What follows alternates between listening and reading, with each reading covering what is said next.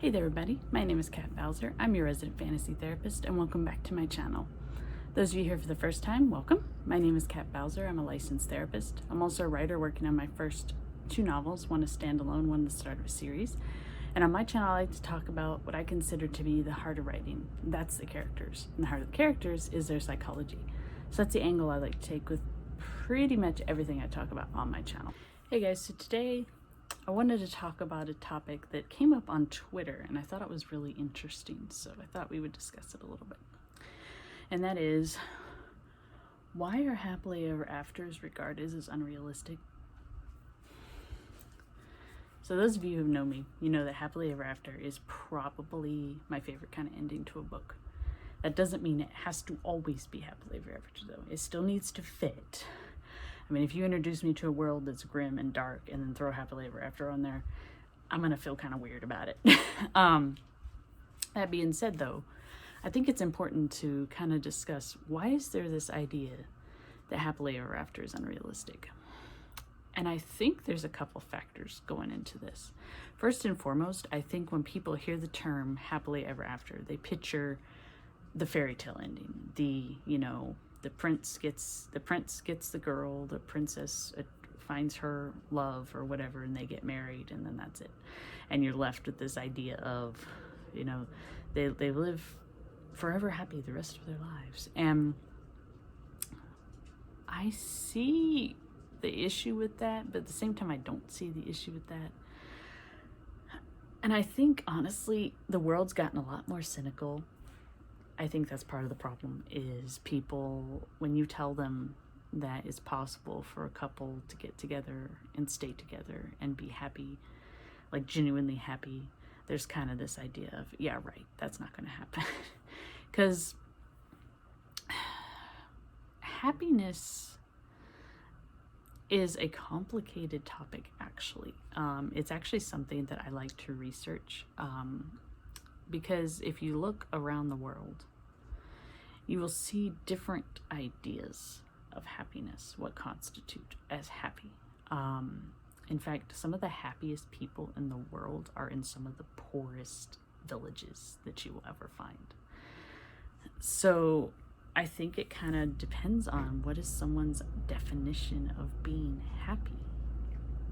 When it comes to stories, for myself, a happily ever after would be like a found family realizing that they still have each other and they can rebuild whatever has been lost. That to me is a happily ever after.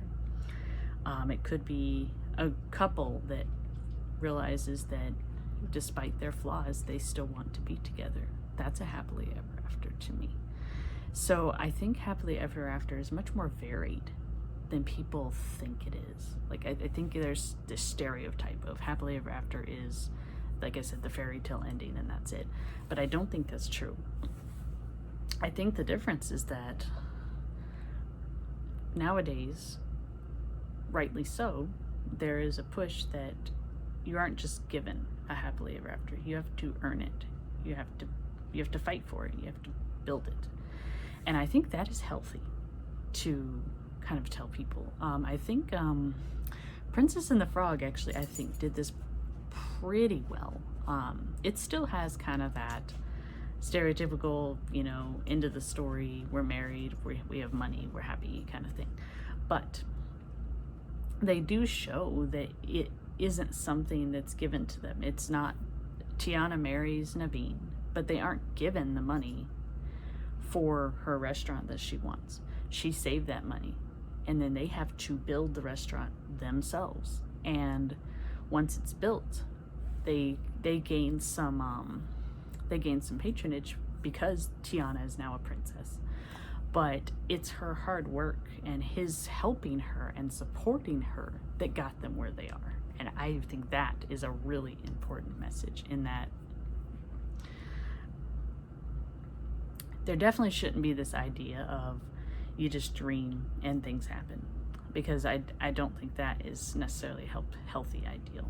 It's okay to dream, but it's also important to know you have to work towards it yourself. You have to do this yourself too. You have to put work into it. And the same thing is true for happiness and relationships, particularly relationships. And I think that's one of the problems people kind of have with the happily ever after, is the indication that this relationship is perfect. And I don't get that impression, honestly, when I look at these happily ever afters. I never have gotten that impression that it's going to be a perfect relationship, because no relationship is perfect.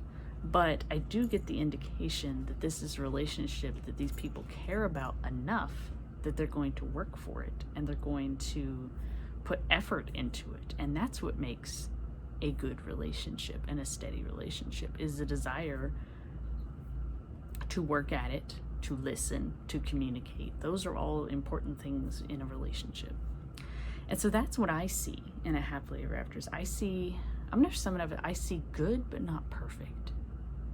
And I really think that's okay, to have an ending where maybe not everything is like it was, maybe not everything is great, but the important aspects are. And I think that's okay. And I think it says a lot about us that we look at that and we say that's not realistic. Why isn't it realistic? Why can't we make it more realistic to expect to be happy?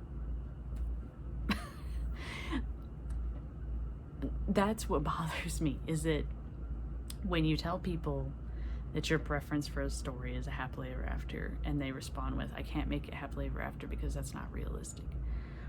Why is it not realistic? What is it that makes it unrealistic? Finland is voted the happiest country in the world. And I think it's been voted that for like the last couple of years. And if you look at if you actually dig into, and they've started investigating, why is this? Social support, education, connectedness. Those are the three main factors that they found. So in my mind, if you can have similar type traits with your characters and with your world, why can't they have a happy ending? A happy ending does not mean that there aren't struggles and that there aren't challenges and there aren't things that they're gonna have to deal with. That's not what a happily ever after means. A happily ever after means that your character, for the most part, has achieved one of their goals or has found a new goal that they have achieved. That they have relationships that make them feel fulfilled, whether it be with themselves, with others, with hobbies, whatever. That's what makes a happily ever after. It doesn't mean, okay, we're gonna get married and have children. There you go. That's not what that means. You could have a happily ever after with someone who's still struggling with things. If you have a character that at the beginning of the story let's say they were struggling with anxiety at the beginning of the story. By the end of the story, they've gotten better, but they still have that problem. But they're getting better. But now they have gained stronger social supports, or maybe they have gained better coping skills, or a mix of those. That's still happy. Happy doesn't mean perfect. And I think that's a problem that we have, is that we think it has to be perfect for it to be happy, and that's not true. So this is just my take on it. I mean, you guys are free to have your own take.